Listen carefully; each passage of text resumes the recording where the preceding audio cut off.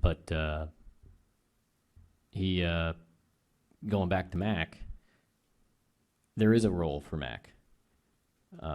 We have a right-handed power hitting catcher in Gary, and we have a left-handed power hitting catcher in McCann. That's a valuable combination to have. Both hitting 20 home runs on the same roster. It's extremely impressive. Both being excellent defenders and certainly strong leaders of the pitching staff. But that notwithstanding, I'm going to be expecting, as happened at this trade deadline, to receive calls on Brian McCann. I never approached Brian McCann this trade deadline we moved a lot of different players that were extremely valuable pieces. I never approached Brian McCann because I think that would give you a little bit of a, preview on the value I put on him. I think he is very valuable. And so I didn't waste I didn't waste his time to see if he would even waive his no trade, because I got to be satisfied first.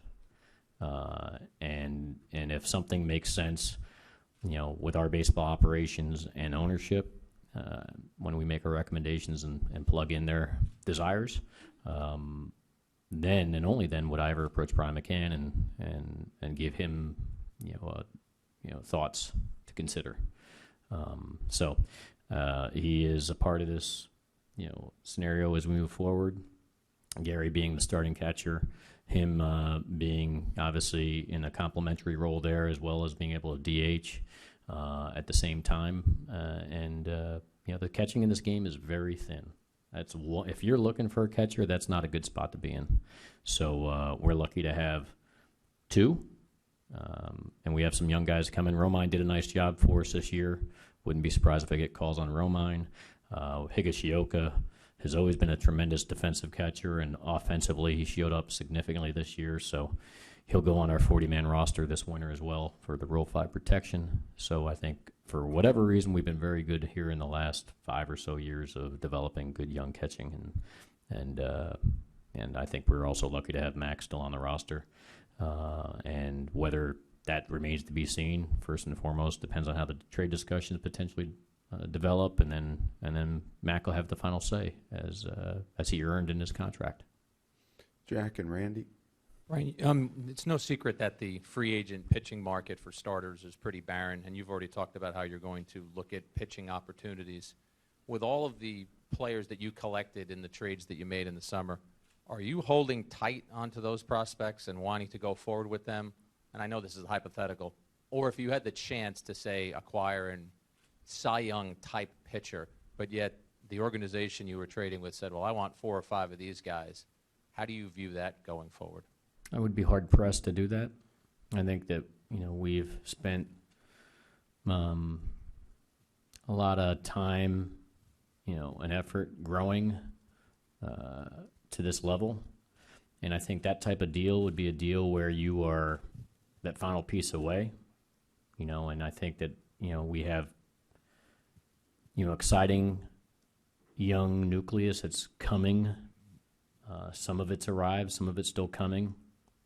But there are some flaws, obviously, in this roster still, and there's not a flaw. There's flaws because of it. That doesn't mean we can't compete for a postseason berth. That doesn't mean we can't be, some team that can play deep in October. But the type of concept that you're speaking of, which I'm sure the name everybody's knows who you're talking about by asking that question. But that, to me, if you're an organization that's one piece away and you back the truck up 4 or 5 players to finish off, you'd have to be one piece away.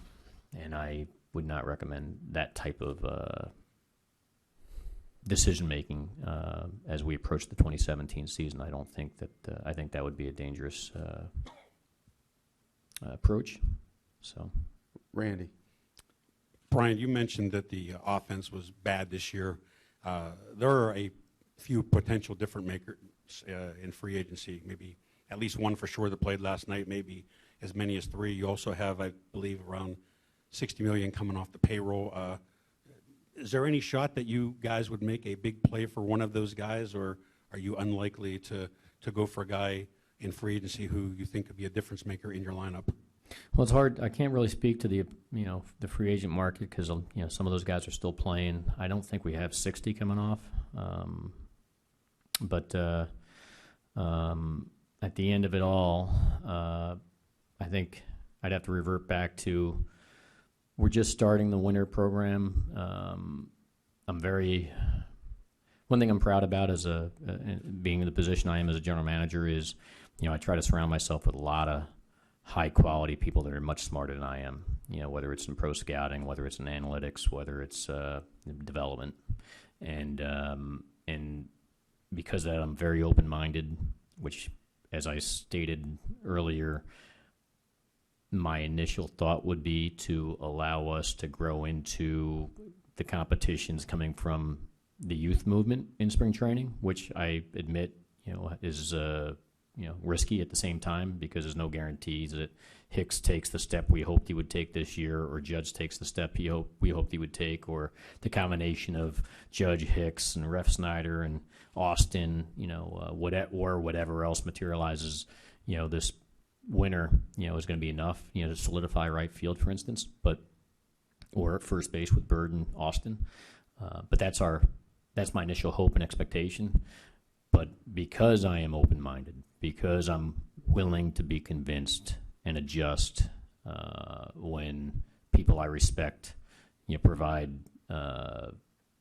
convincing information of different directions and processes to pursue, I'm willing to be, flexible. And then, those dialogues we'll have above too will be very important. What does Hal Steinbrenner want and need, and we'll try to execute accordingly. So again, when the winter last year started, there was no anticipation, even if we had this press conference last November 15th, there would be no Castro expectation or no Chapman expectation, and then but by December, because of a lot of dialogue and discussions, it led us to, I think, some good transactions that benefited us. And so hopefully we'll, I use that surfing analogy a lot. We'll just take that board out there and I'll sit on it, with our staff and wait for the right waves to come and see if we can manufacture a few waves here and there. And if they do, we'll ride it. And if they don't, we'll hopefully have the discipline and patience to wait until the right waves come along, even if that takes us into the spring. I just don't want to make any bad decisions. Obviously they come, I've made them, but you just want to limit those.